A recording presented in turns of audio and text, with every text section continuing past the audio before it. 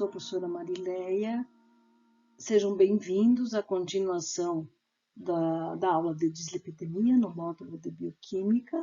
E nós, conforme conversamos na aula anterior, nós estamos com essa apresentação do item 5 e 6 nesta aula. O 5 é interferência laboratorial no perfil lipídico e o 6 são exemplos de casos clínicos.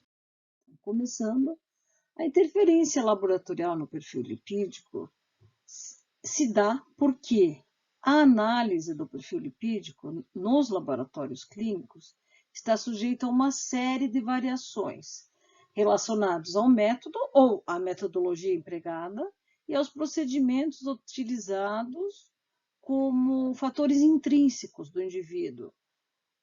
Estilo de vida, se tem o costume de ingerir bebida alcoólica ou não, você tem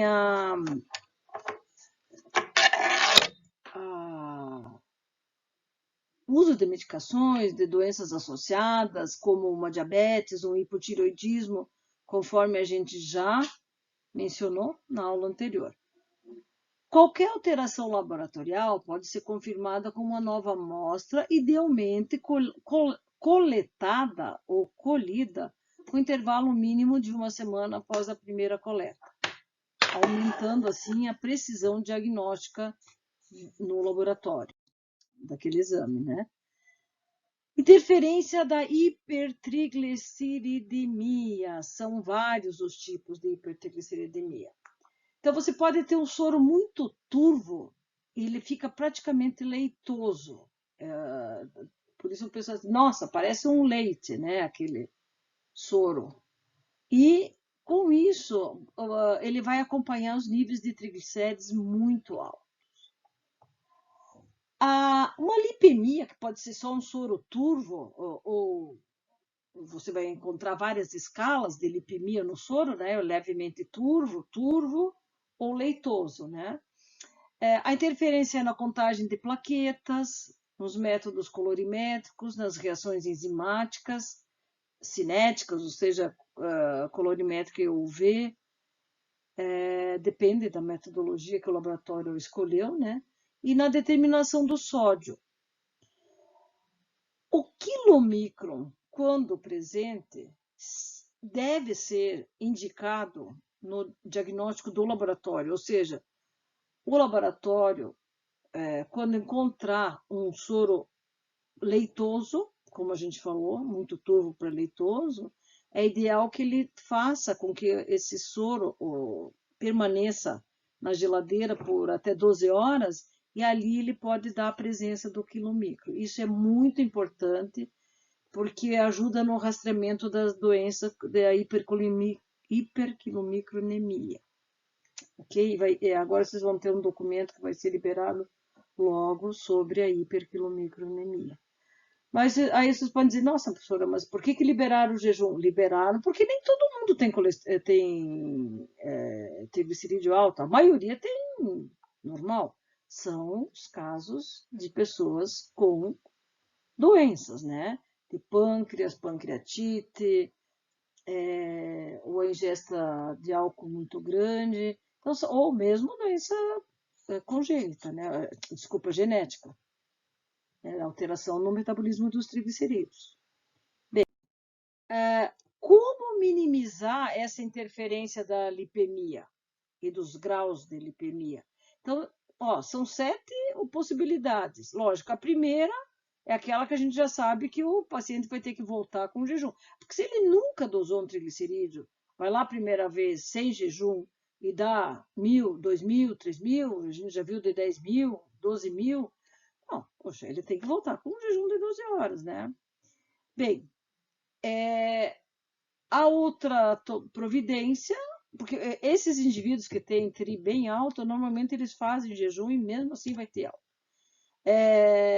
Uma lipemia não muito intensa, um branco de amostra resolve, a diluição de amostra resolve, precipitação de lipoproteína vai ajudar, centrifugação em alta velocidade, usar a ultracentrifugação também ajuda, ou a extração.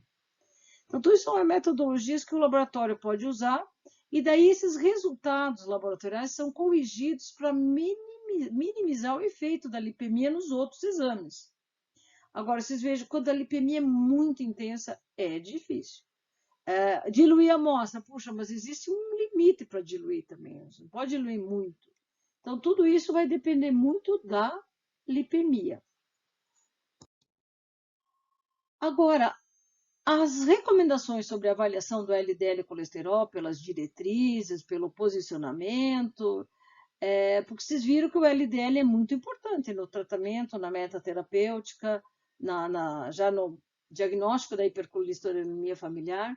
Então, o que diz as diretrizes é avaliar o LDL, pode ser por dosagem direta, que são kits, vários reagentes, várias marcas, pela forma de Friedewald, desde que o triglicerídeo esteja até 400 mg por decilitro, ou pela fórmula de Martin, que pode dosar entre 7 e 13 mil de triglicerídeos. Por isso que essa fórmula veio para ajudar. Então, o Friedewald, ele pode subestimar o LDL, ou seja, você dá um valor menor, mesmo com níveis de triglicerídeos não muito alto, e deixa-se de tratar o paciente pela interferência do triglicerídeo. Então, na verdade, vocês vão ver que a fórmula de Friedewald é para acima de 150 já começa a interferir no valor. Agora, a Martin é a correção da fórmula de Friedewald e aplica fatores que aumentam a fidedignidade do LDL e pode ser usado com qualquer valor de triglicerídeo. Vejam as fórmulas. O que o Friedewald usou foi um triglicerídeo dividido por 5, que é o VLDL colesterol.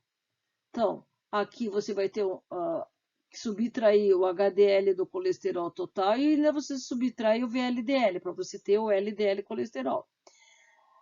Já o Martin, ele usou, aquele 5 foi para um fator que se chama N, poderia ser qualquer letra, mas enfim. E você tem a dosagem homogênea, que daí já é uma reação, né, num tubo de ensaio, lá, enfim, as turbinhas pequenas agora, né? E o não HDL colesterol é o colesterol total menos o HDL, que é um cálculo muito simples. Agora, para vocês terem ideia, vejam que o Friedewald montou a fórmula em 1972, nem existia HDL, o HDL surgiu depois. Ele fez por ultracentrifugação, que a ultracentrifugação você pode dosar, mas só que a ultracentrifugação não se faz em laboratório de análises clínicas, ela é muito custosa, morosa, etc.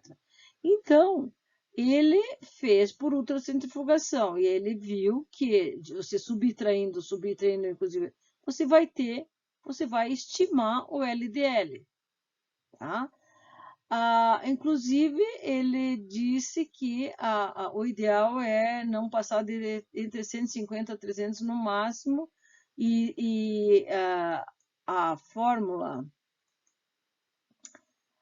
Por que ele dividiu por 5?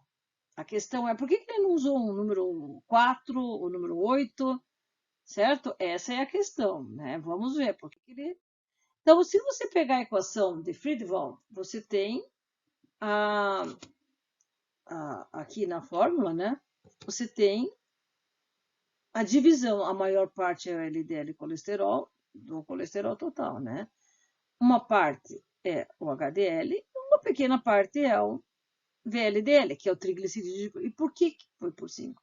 Na verdade, na partícula de VLDL, se vocês lembrarem aquele slide inicial, você tem muito triglicerídeo e menos colesterol. Então, você tem uma molécula de colesterol para cada 5 triglicerídeos. Por isso que você, quando dosa o colesterol, se divide por 5 para fazer a proporção. Só que quando a VLDL começa a aumentar de tamanho, porque o metabolismo não está perfeito, ele pode não ter 1 para 5, ele pode ter 1 para 6, ele pode ter 1 para 8. E assim também ele pode ter menos, a proporção pode ser 1 para 4. Então, e essa Foi isso que o Martin veio mostrar, que esse N estima um fator obtido com a relação entre o não HDL e os triglicerídeos. Aí vem a questão que ele pegou, montou uma tabela. Vocês estão vendo, isso aqui são todos os fatores obtidos por cálculos, aonde ele mostrou que de 7 até 13.000 você pode calcular, mas veja que você vai depender do não HDL, que é a soma do LDL mais VLDL, pelo nível de triglicerídeo. Então, você não usa VLDL, praticamente. Você precisa do não HDL e do triglicerídeo para você calcular. Vamos ver um exemplo. Então, se você tem um paciente com 250 de miligramas por decilitro, eu não vou falar, porque é tudo a mesma, né? Ele está com 250 miligramas de colesterol total. Ele está com HDL de 35. O não HDL vai ficar 215, mas ele tem um triglicerídeo de 360. Bem, eu posso usar Friedewald e eu posso usar Martin. Agora, por que eu vou usar Friedewald se o Martin eu posso usar até 13.000? Né? Então, mas vamos ver, existe diferença nesse mesmo paciente se eu liberar o resultado por Friedewald por Martin? Vocês vão ver que calculando vai dar um dá 143, outro dá 160. Ou seja, a diferença é de 17 miligramas. Se o clínico estiver monitorando, ele vai dar a medicação aqui, com esse resultado, e pode não dar para esse. Ou ele está monitorando, ele vai dizer, nossa, mas abaixou. Não abaixou nada, foi a fórmula que foi diferente. Se ele usar Friedel, veja que do 5 foi para 6,5. Se voltar lá naquela tabela, você vai achar o 6,5 de acordo com o 215 e o 360.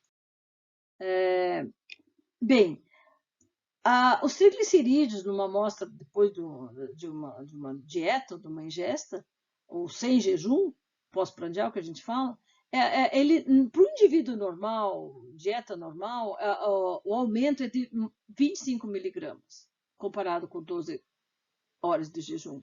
De 150 vai para 175. Agora, grandes variações é porque está tendo alguma variação nos órgãos ou na genética do metabolismo dos triglicéridos.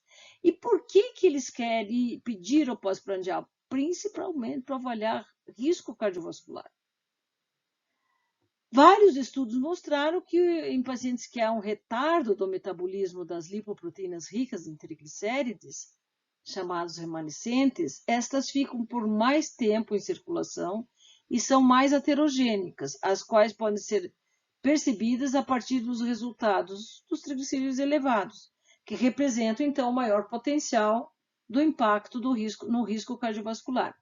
Se vocês olharem o que acontece para o indivíduo sem jejum, se ele está com o triglicerídeos entre 175, que pode ser, e 440, que acima de 440 tem que dosar, de novo, com jejum, e nesse intervalo aqui não precisa. Mas o que está sinalizando para o médico isso daqui? Puxa, passou do normal, passou do 175. Isso daqui ele pode estar com um distúrbio metabólico inicial ou estilo de vida inadequado. Quer dizer, então tudo isso aqui pode ser investigado antes de complicar, né? Ou seja, está acendendo uma luz para dizer, olha, investigue que ele pode vir a ter um problema maior. Agora, se sem jejum for acima de 440, ele pode ter uma hipertrigliceridemia severa, uma recuperação de pancreatite, mas nesse caso o clínico vai pedir para colher de novo. Agora, se ele já está em tratamento, ele sempre vai coletar com jejum. Muito bem. Então, aqui estão os 3 tipos de soro que vocês são mais usuais no laboratório. Esse daqui é o límpido, mas ele está um pouquinho com aquela coloração mais amarelada. Então, ele pode estar só com o colesterol aumentado. Se ele estiver só com o LDL aumentado, ele vai ter risco cardiovascular. Agora, ele está com uma lipemia. Então, ele pode estar com remanescentes de colesterol e ele pode estar sem jejum ou com jejum, ele está aumentado, ele tem o dobro do risco cardiovascular, porque não é só o colesterol, o LDL, os remanescentes de colesterol também vão causar aterosclerose. E vocês têm aqui aquele soro leitoso. Isso aqui provavelmente é uma pancreatite muito alta, onde os quilomicros estão bem elevados. Então, esse slide quem se deu foi o Nordeste Gar, por isso que está escrito em inglês, e que foi o coordenador do trabalho que liberou, flexibilizou o jejum. Vocês têm aqui a transferência das lipoproteínas entre o plasma e a íntima arterial, mostrando que quem atravessa a parede do vaso e vai para a íntima do vaso, aqui é a parede do vaso, né? Principalmente a HDL, ela atravessa, vai para a adventícia, é a que ajuda, inclusive, a retirar colesterol, se estiver aqui, mas você tem que ter um HDL bom, né? A LDL atravessa, ela vai e volta, mas ela é pequena, se veja, ela vai se modificar e vai causar aterosclerose, principalmente com os radicais livres, né? A LPazinha também atravessa, também causa aterosclerose, então não pode estar aumentada essas duas no plasma. E nem essa daqui, a IDL ou os remanescentes de quilomicro. Por quê? Porque atravessam. E olha que não volta. Se volta, volta muito pouco. Está pontilhada aqui. Então, os remanescentes, a VLDL pequena, também atravessa. Só quem não atravessa são os quilomicros e as VLDLs largas. Então, essas não conseguem, mas essas aqui conseguem, que são as remanescentes. Ou seja, por isso que o indivíduo ficar com muito tempo num estado, passa mais tempo, né, no estado pós-prandial durante o dia do que depois do jejum. Essa foi a justificativa para flexibilizar o jejum. Então, vamos lá para um caso clínico. Se nós pegarmos um homem de 45 anos, assintomático, não tem dor, não apresenta história familiar para doença, né? Ele tem um IMC de 26,5, quer dizer, ele está um pouquinho acima de 25 e não tem hipertensão. Ele fez o perfil lipídico com jejum de 12 horas, e ele tem um colesterol total de 189, o ideal é inferior a 190, o HDL 85, puxa, pode estar bom, acima de 40, o HDL, o LDL 75, ele vai ser metaterapêutica, né? O triglicerídeo 145, inferior a 150, e o não HDL 104, valor de tratamento, né? Bem, a pergunta é, esse paciente apresenta risco para doença arterial coronária? Se você olhar aqui o perfil, ele é homem, mas não tem sintoma, ele não tem história familiar, ele tem um pouquinho de obesidade, mas não tem hipertensão. Então, a probabilidade é que ele seja de risco baixo, porque a gente viu que são, né, a classificação. Só que o clínico vai pegar o valor do colesterol total e do HDL para calcular, tá? E daí, isso aqui é meta, isso aqui é meta. Como está baixo, vocês viram, vai ser risco baixo. Então, seria um risco baixo aqui, né? A resposta certa. Aí, esse mesmo homem que tem esse LDL calculado por Friedewald, porque ele tem um triglicerídeo de 145. Qual seria a diferença agora se nós usarmos o Martin? Vocês vejam, para esse indivíduo que tem 145, não chegou a 150, se você usar o Martin, o N é 5,1, dá 79. Mas se você usar o Friedewald, é 75. Isso aqui não é diferente, é 4 miligramas. Essa diferença não tem muita importância. Essa é aceitável. Por quê? Porque o triglicerídeo está baixo, né? Como a gente viu antes, aquele indivíduo tinha 300 e pouco de triglicerídeo. Então, a partir do momento que aumenta o triglicerídeo, a gente sabe que modifica e muito o risco de você ter, então, o LDL com interferência, principalmente. Agora, se você pega um paciente com triglicerídeo de 450,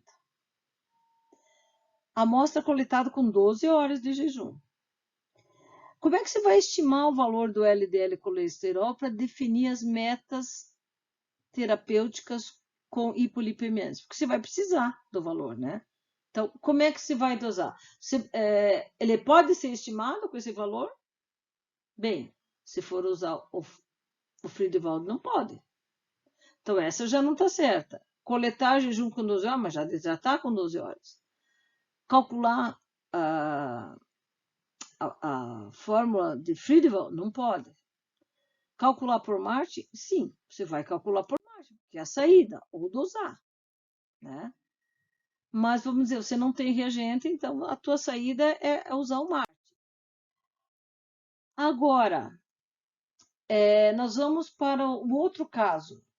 Esse paciente, sexo masculino, 45 anos, obeso, hipertenso, diabético, olha, já começou a falar, e procuram um clínico para avaliação cardiovascular.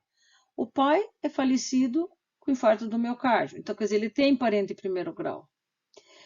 Aí o médico solicitou o perfil lipídico, calculou seu risco cardiovascular naquela calculadora e obteve o seguinte, que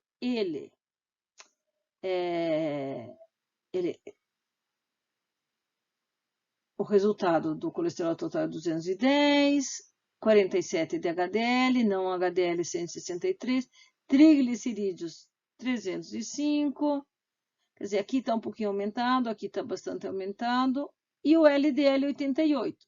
Então, o médico vai calcular o risco para esse 88. E foi dosado. Mas aí, eles usaram, o laboratório calculou também por Friedewald, calculou por Martin,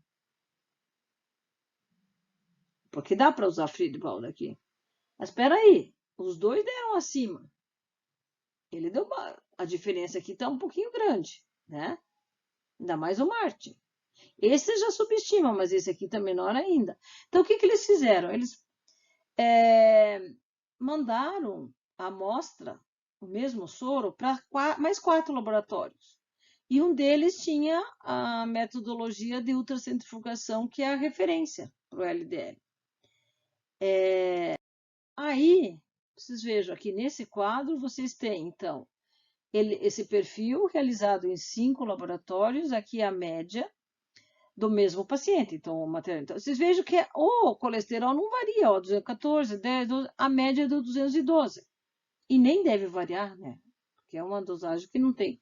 O HDL também não variou muito, ó, deu em média 48. Os triglicerídeos, ó, ficou em 300, 305, 206, 299, então 303. Friedewald, se vocês olharem, deu em média 103. O Martin deu em média 120. Vejam o dosado. Nesse laboratório deu 88, nesse deu 120 e nesse deu 105, porque são metodologias, são procedências diferentes. Não é a mesma. Quando muda o fabricante, muda a metodologia. Uns usam um precipitante, outros usam outro. Agora, a ultracentrifugação, que só foi feita nesse, deu 122. Então, a pergunta é, bom, não HDL colesterol deu, está aí muito próximo, 164 em média.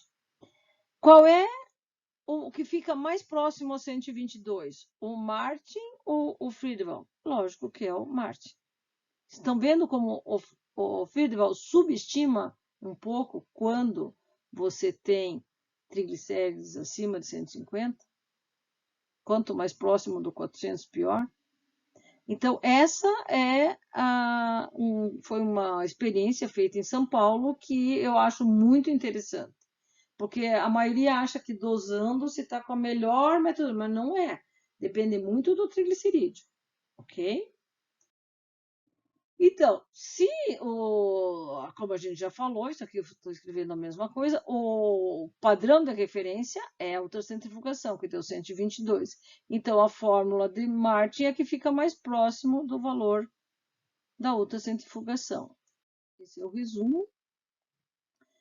E eu, então, gostaria de falar para vocês que nós atendemos a todos esses itens e volto aos meus dados, ou seja, ao meu currículo resumido, né? E agradeço o convite para participar desse módulo de bioquímica, com a minha especialidade que permeou toda a minha carreira, né? Vocês podem ver aqui, desde 1977, quando eu terminei a clínica, aliás, 78, julho de 78. Eu terminei a clínica e eu fui para São Paulo, USP, onde a gente montou o HDL colesterol com o professor Günther Oxter. Não existia kit no Brasil, não existia ainda porque estava saindo na literatura. E então foi, que eu posso dizer, uma grande oportunidade ter trabalhado com ele. E foi lá onde eu passei a gostar das dislipidemias. Eu agradeço e até breve. Espero que vocês tenham tido um bom proveito. Tchau.